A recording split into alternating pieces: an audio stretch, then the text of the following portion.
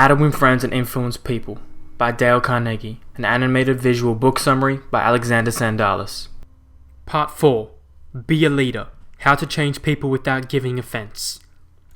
Chapter 6. How to Spur People On to Success. The moment a dog or a pet is showed the slightest improvement, they're patted and praised, given a treat. They're made to feel great for their accomplishments and actions. It's nothing new. Animal trainers have been using that same technique for centuries. So why don't we use the same common sense when we try to change people that we use when trying to change dogs? Why don't we use praise instead of condemnation? Let us praise even the slightest improvement that inspires the other person to keep on improving. Praise is like sunlight to the warm human spirit. We cannot flower and grow without it. And yet, while most of us are only too ready to apply to others the cold wind of criticism, we are somehow reluctant to give our fellow the warm sunshine of praise. In the early 19th century, a young man in London aspired to be a writer, but everything seemed to be against him. He had never been able to attend school for more than 4 years. His father had been flung into jail because he couldn't pay his debts, and this young man often knew the pangs of hunger. Finally, he got a job pasting labels on bottles in a rat-infested warehouse. He slept at night in a dismal attic room with 2 other boys in the slums of London. He had so little confidence in his ability to write that he sneaked out and mailed his first manuscript in the dead of the night so nobody would laugh at him. Story after story was refused. Finally, the great day came when one was accepted. True, he wasn't paid $1 for it, but one editor praised him. One editor had given him recognition. He was so thrilled that he wandered aimlessly around the streets with tears rolling down his cheeks. The praise, the recognition that he received through getting one story in print changed his whole life. For if it hadn't been for that encouragement, he might have spent his entire life working in rat-infested factories. You may have heard of that boy. His name was Charles Dickens. On another note, use of praise instead of criticism is the basic concept of psychologist B.F. Skinner's teachings. This great contemporary psychologist has been shown by experiments with animals and with humans that when criticism is minimized, negative reinforcement, and praise is emphasized, positive reinforcement, that good things people do will be reinforced and the poorer things will atrophy for lack of attention. Atrophy means to grow smaller.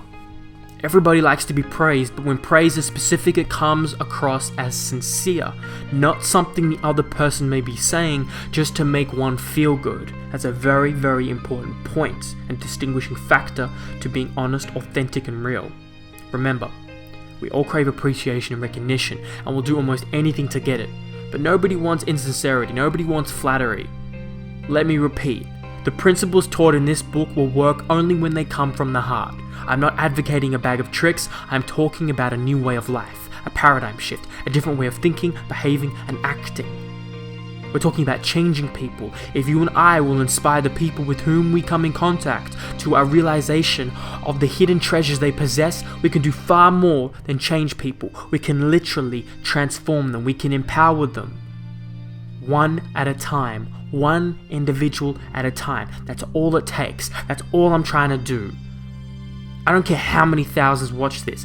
One at a time. You have to keep humbling yourself. I have to keep reminding myself because the ego in me wants thousands, tens of thousands, more.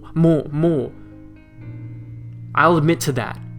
But the reality is, if you haven't changed somebody, if you haven't moved someone forward through the act, and it's done by the act of praise, which is what this principle is about, then what have we done? What have you done? Who's going to remember you? People don't remember what you look like, how you dress, what your voice sounds like.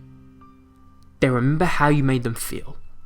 At the end of the day, when they're facing their death and taking their last breaths, among all the chaos, the pain, the pleasure, the trials and tribulations of their life, they're going to remember how you made them feel. End of story. Now I'll be the first to admit, I'm gonna put my hand up, I need to be better at this. I need to be better at this with my family, my friends, with random acquaintances. And I'm gonna try. And I hope through that, I can empower at least one to try a little harder too. Our abilities wither under criticism but they blossom under encouragement. To become a more effective leader of people, apply Principle 6. Praise the slightest improvement and praise every improvement. Be hearty in your approbation and lavish in your praise.